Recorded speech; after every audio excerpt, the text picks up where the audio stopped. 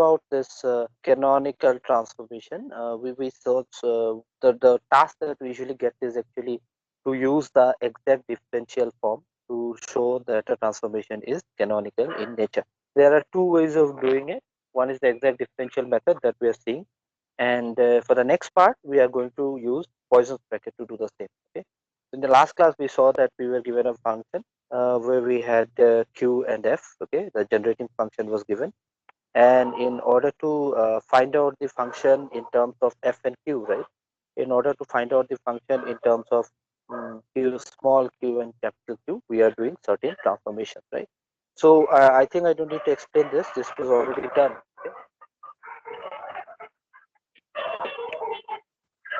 Okay. Okay.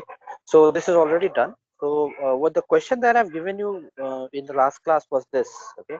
So let's just have a look at this. Condition for transformation to be canonical. Okay.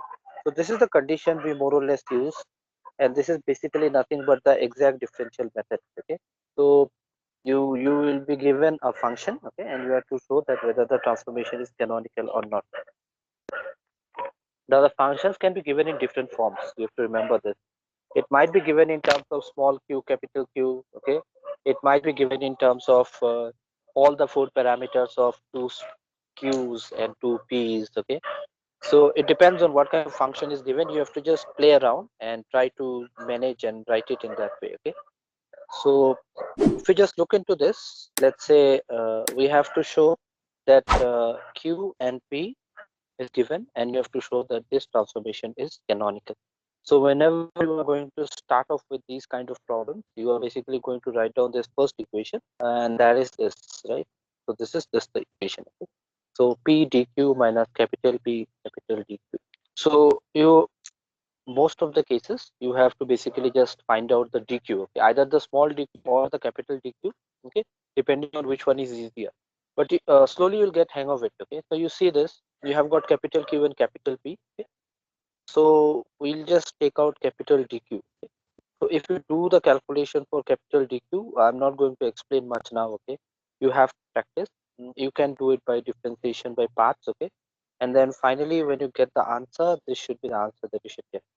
Okay, and when you replace it with PDQ minus PDQ, okay, you can just replace it. Okay, and then combine the dq and the dp together. This is also a problem which I've discussed in the last class. Okay, and dp. Okay, and then you have to write down the equation in such a way that you are getting an exact differential. Okay, so this is also done in the last class, and in this way we are actually going to get a generating function. Okay, let's look into the problem that I've given in the last class. This was the one. The transformation, you have been given small q, small p, capital P, capital Q. Okay, and you have to show that this is canonical in nature.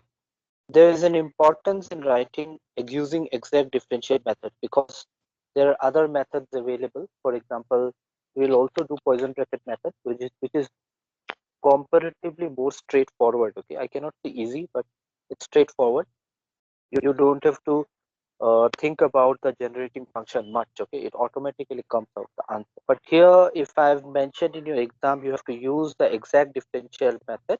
You have to use it. Okay, you cannot go for the Poisson bracket method, and then you won't get your marks. Okay, so now let's try to find this PDQ minus capital PDQ. Okay, that's the aim. So that means I have to write down this in such a way so that I get the exact differential form. Okay, so if you remember this, we are actually just doing it in terms of this.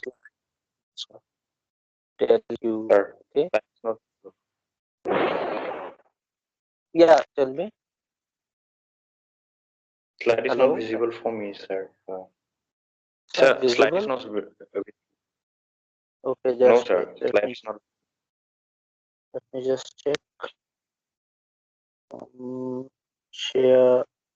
No, it says it's visible. Okay, it says the screen is visible. Anyone else have a problem of being not visible? Anyone can tell me if you can see the slide? Let me just go back to the slide, and if you can tell me if you can see the slide. Or it's not visible for anyone. If it's not for anyone, then I have to do some changes, but I think it shows I've already shared. Yeah, anyone else has Sir, an it's issue? Anyone can visible? yes, sir, it's visible. Okay, okay. So I guess you are having a slow internet connection, so just bear with me. Okay, that's the issue. Uh, your batch is still having a better internet connection than your senior batch. The senior batch is suffering more. They're having real difficulties. Okay. Okay. Anyway, you can just listen to this also. Probably I might share this problems with you. I won't share the answer. I expect you to solve it. Okay. So I'll share a screenshot of these things. Also. Don't worry. So what we have usually is the presentation. Sorry, the transformations given. Okay, and then you have to basically convert it into the exact differential form. So the aim is to actually find out this. Okay, the aim is to find out this plus del f del p. There will be a dq here, and there will be a dp here. So almost in most of the problem, they aim it to find out this generating function f, and this is exactly what we are going to do. Okay, so let's do it now. So I have to write down a form of PDQ, and this can be done. I can let's write down, just take DQ. Okay. So if you just go back to the form of Q, you have got this form of Q. You can just take DQ of that. Okay. So if you take the DQ of that, you can actually that is the first step. Okay. So whenever you get a problem, it might be you find out the DQ of that or capital DQ of that. It can be either of the cases. Okay. So please, you have to be a bit uh, you have to have that vision, okay, that you have practiced it once, and then you need to do a bit of mental calculation that whether you're going to arrive at that result or not. This is the difficulty with this kind of exact differential method.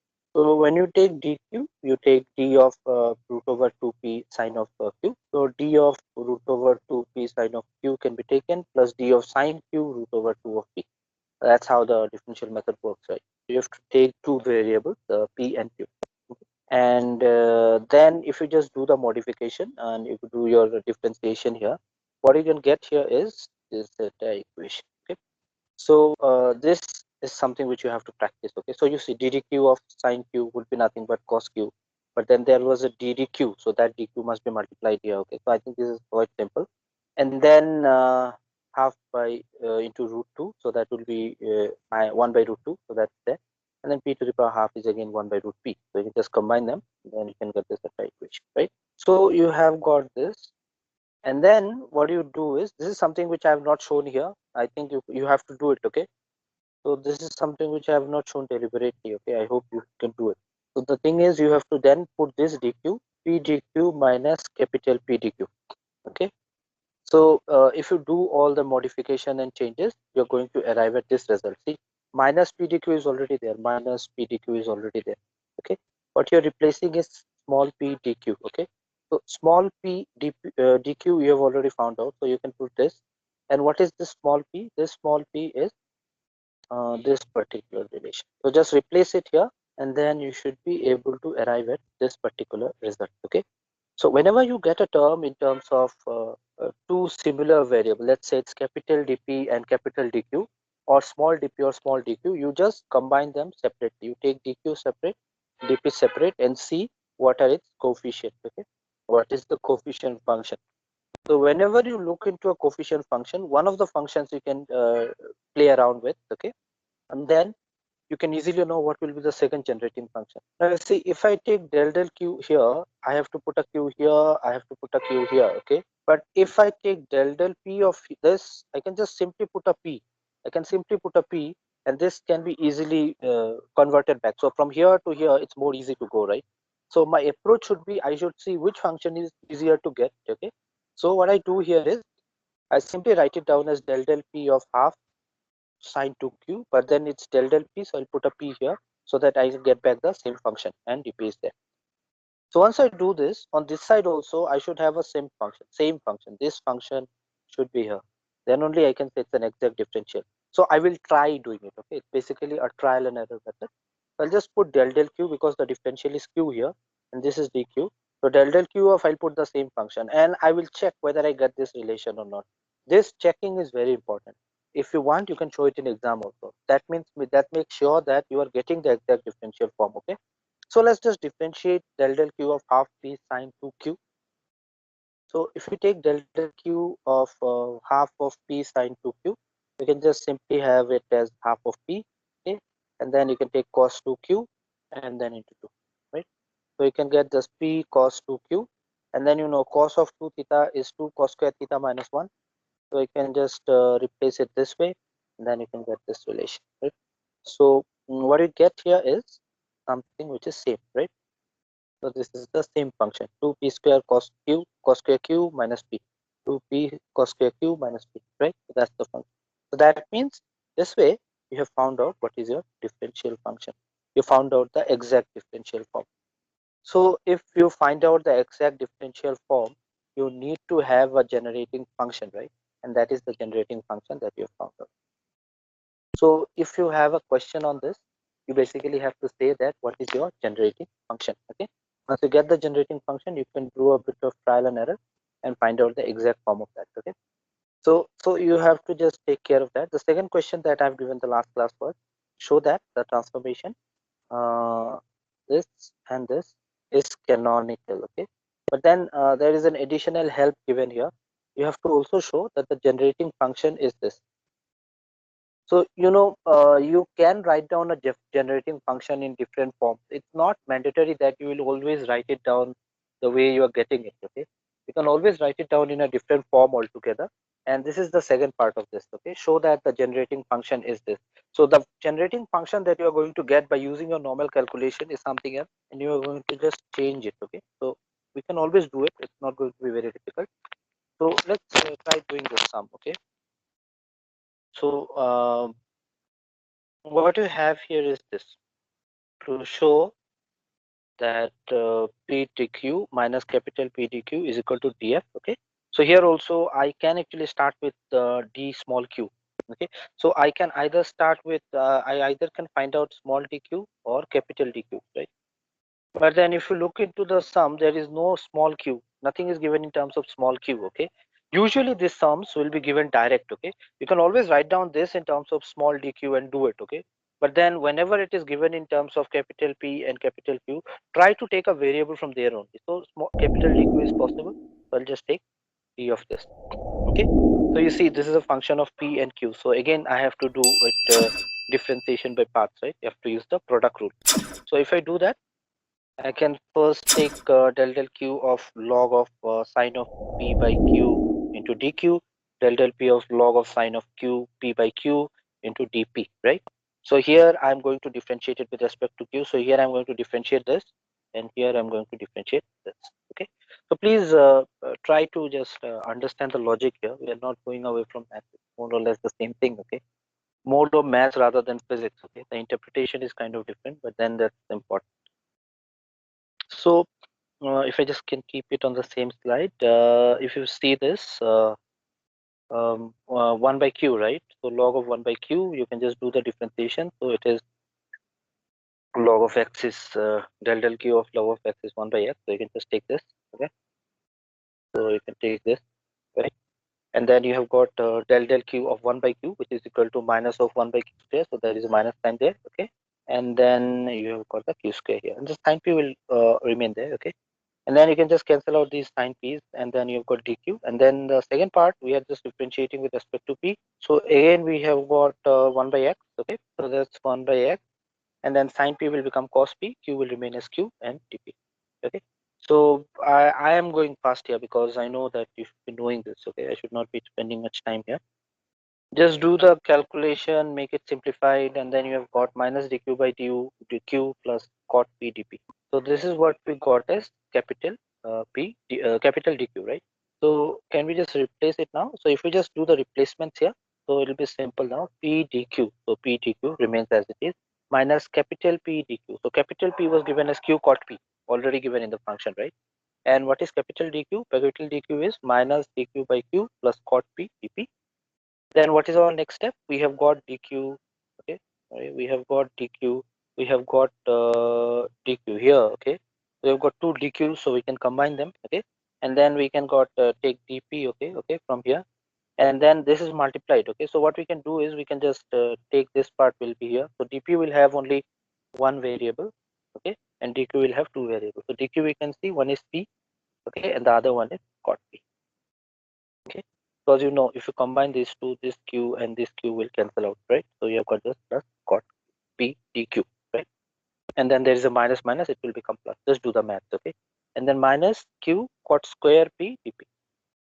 Now the difficult part, right? Now you have to keep thinking about it. So this one, if you take del p of q p cot square p, it won't be possible because in this case you have a p within with cot. So it becomes a bit difficult to get that function. So what I will do is I'll try doing it here. So after here I have to differentiate it with respect to q. So I'll just put a del q here, okay, and then I'll put a q here, and then I'll put a q here, and then that will give me the same function, right? So what I'll do is this del q of qp plus q cos p dq plus, and then this one I'll just put it, okay? I'll put the same function and then I will check. So I will put the same function here, okay, without thinking, okay? Just put it there, then you check, okay? So then you can put del p of this, okay? So let's just do this checking. I think that is important. Okay? So if you do this check here, we can just put del p of qp plus q cot p. This is with respect to p, okay? Let's see if we get the same answer. Obviously we should get it, otherwise this is not canonical. If you don't get an exact differential form, the question might be different also. It's not that always you'll be getting a canonical form, okay?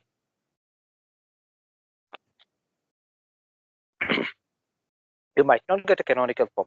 So if you don't get a canonical form, if you don't get an exact differential question, the answer will be it's not canonical. The transformation is not canonical. So that's important.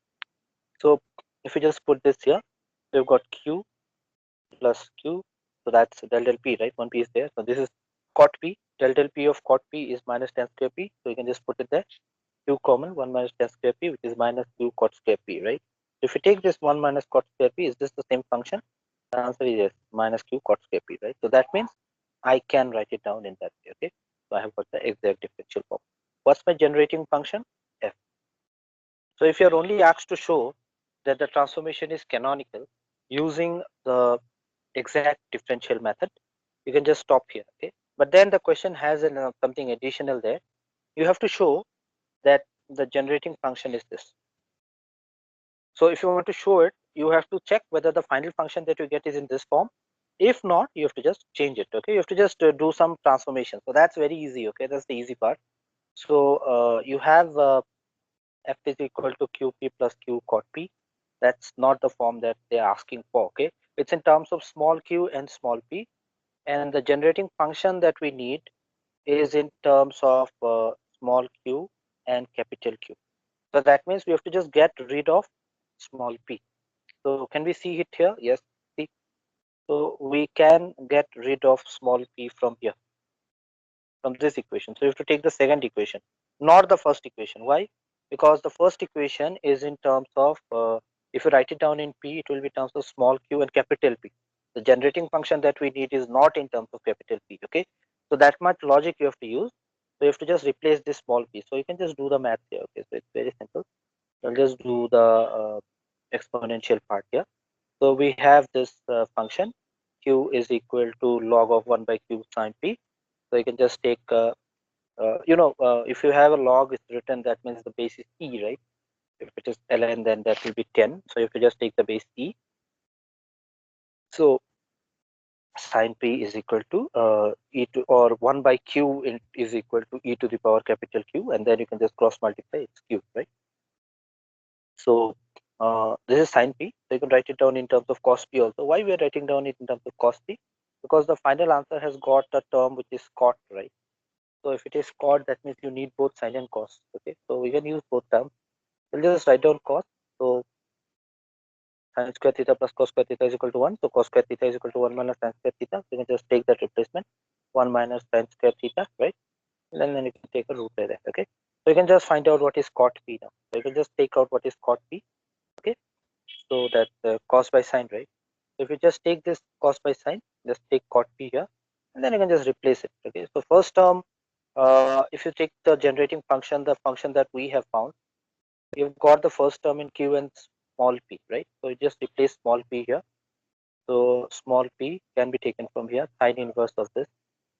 So what is my small p? My small p is from here, sine inverse of q e to the power q, capital Q, right? So you can just take this sine inverse of q e to the power capital Q, into q of cot p. So cot p is we have something which we've already found out. Okay, just simplify this, and then you should be landing at this particular equation. Okay, so this is what is there. Okay, and this is the answer that you usually get. Okay, so you have to do these kind of trial and error and try to do it. Okay, please remember, it's not mandatory that whatever exact problem I have done in the class, okay, for this particular exact differential method I have done 3 problems till now. Doesn't mean that I'll be giving those 3. I may give you something else also. So please make sure that you understand it. Okay, and if you're doing your steps correctly, you'll get your step marks out. Okay? It's not that you should get at the final answer and then only you'll be correct. Even if you're doing it correctly, the initial step you'll be getting. This is just repeated. I've written the same problem again. Okay. So this is where I'd like to end with the canonical transformation. Okay, using exact differential method. The next part of this unit is using this idea of canonical transformation and to show whether a transformation is canonical or not. But this time we are going to use something, a different approach, which is called the Poisson's bracket. Okay, so we will just do that now. Okay, so maybe I can go to that slide. Okay, yeah. So this is with Poisson bracket. Okay, so what happens here is that the approach is kind of different, and you will see this is more or less direct in nature. Okay, give me a moment. I've just saved it on the cloud. Okay, not saved it, the hard copy of the system.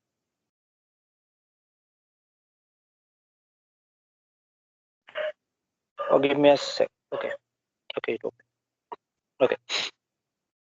So this is the next part. Okay, and this is something which we are going to finish off. Okay, we are going to finish off this probably tomorrow. We're going to start it today itself. So Poisson bracket. Okay, so if we are basically considering f, okay, if f is a function of, let's say, qj, pj, and t, okay, it's any dynamical variable of a system. Okay, we do say that, okay, this is looks like a Lagrangian kind of function. Okay, and it's true, but then we are representing it with f now. Okay, just taking it for the sake of Poisson bracket. So if you have any such function, what we can do is we can actually differentiate it. Let's differentiate del f del t. So df dt, which t is a f is a function of qj, pj, and t. And this, if we consider a system, as in classical mechanics, we say we are considering a system of particles. So we've got 1, 2, 3 up to n number of particles. So we can just take the summation part, right? So that we include all the information of the entire system. Okay, we're considering each particle and considering the entire summation here. So what we can do here is just do the differentiation here. Del f del qj into qj dot. Okay, I think this is clear to you. We are differentiating with respect to time. Okay, so we can just simply write it down as del f del qj del t. Okay, so then we have got del f del pj dot, and del f del t. Okay, because differentiate with respect to time. Okay, so what we have here is this del f del qj. Now what is qj? If you remember, qj dot is nothing but del h del pj. Okay, that is something which we got as the Hamiltonian equation of motion. Okay, from there we did see that this qj dot is nothing but del h del pj. And similarly, we can take pj dot, and we know that pj dot was nothing but minus del h del qj. So we'll just put it there. Okay. So if we put this, we actually get two terms here. Okay, and then we get this equation in terms of f and in terms of h. This is called Poisson's bracket. So this is an easier example. Okay. So how do we write it down? Is this, if we just ignore this term for now. If we just ignore this term for now and just we consider the bracketed term, okay, bracketed term, this is nothing but the Poisson bracket of f with h. Okay, so you might have two functions. It's not mandatory that it should be f at h. It's not even mandatory that it should have a time variable. Okay, it will be in terms of generalized coordinate, one transformation or the other transformation, but then it might be a function of, let's say, x and y. Okay, so this is just an example where we have this. Okay, so this is called a Poisson bracket. Now this term, okay, or this derivation that we get, if we put up the function of f and h now, if we get it to be 1 or 0, it has got certain meaning. Okay, it tells you whether a system is canonical or not. And this is exactly what we are going to do in this part of the unit. So if we just consider, let's say it's not f and h, okay, it's let's say any two variable x and y, then just take this x and y, and these are two dynamical variables, then what will be their Poisson bracket? So if we take x and y, and if we follow a similar technique, okay, it is del f del x qj, it will be del x del qj, del y del h del pj, it will be del y del pj minus del x del pj del y del qj. Okay, so this is exactly what we are writing out here. So you can look into this. So this is the general form of the Poisson bracket. The question is, how do you solve a problem with this? What happens is you'll be given what is x and what is y. You have to do the differentiation and check the answer. And based on this final answer, you can say whether the transformation is canonical or not canonical. Okay? So that's the catch here. Okay, that's the important part here. So let's just look into the property. Okay, so if you look into a Poisson bracket, if you do the differentiation xy, it is equal to minus of yx. So I think this is quite obvious here, right? If you just take this on the second part, you take this, you bring it at the front. Okay, you can just take a minus common, and then you can get this. Okay, so this is something like vectors. If you change the order, the sign also, there will be a sign which will come out of the bracket. Okay? Just like vectors. So it's important. And so in general, we cannot say that it is commutative in nature. Okay, so I think you understand this.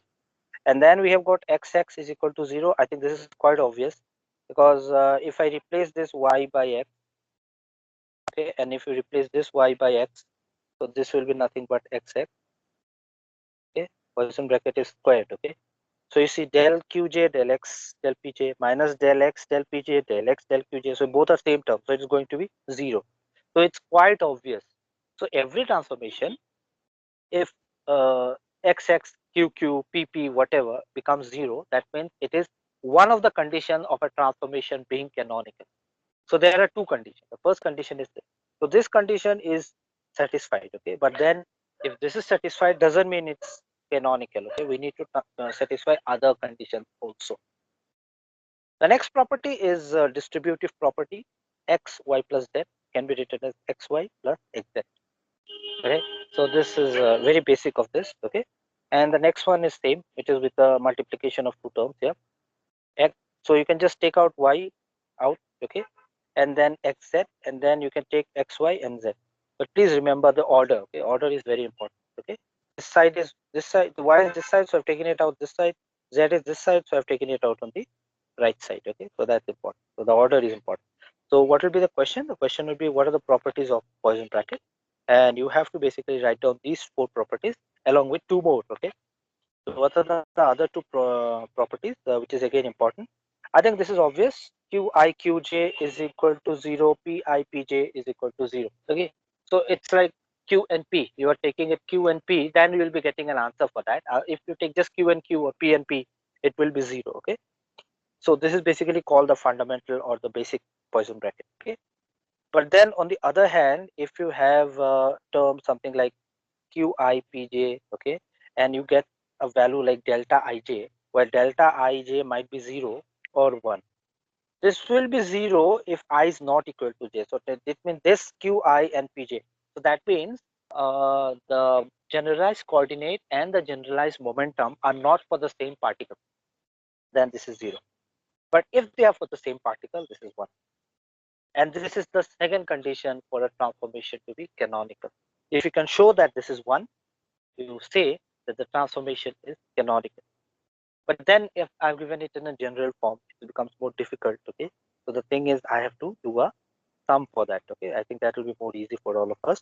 So invariance of Poisson bracket with respect to canonical transformation. So if you remember the term invariant and covariant, okay, so you basically get the same form. So you see, what happens is this. Okay, what happens is this. If you basically just say Poisson bracket, they are invariant under a canonical transformation. Okay, they are invariant under a canonical transformation. So mathematically, if you write it down x and y in coordinates of, let's say, small q and small p, you will get the same form when you write it down in capital Q and capital P. That is what is invariance is all about. If you remember, I told you in the last class. Okay, So please remember, they will be a function of q and p. Okay, so the form in the two sets of coordinates might be different. Okay, but then they will be both or more or less connected. Okay, they will define the same system. Okay, so that's important. Okay, so that's invariant. Okay, covariant means the form will be same. Invariant, the form might not be same. Okay, sorry, I said the form is same. The invariant might be the form might not be same. Okay, and covariant means the form will be same. So this is what is Poisson bracket is all about. Okay.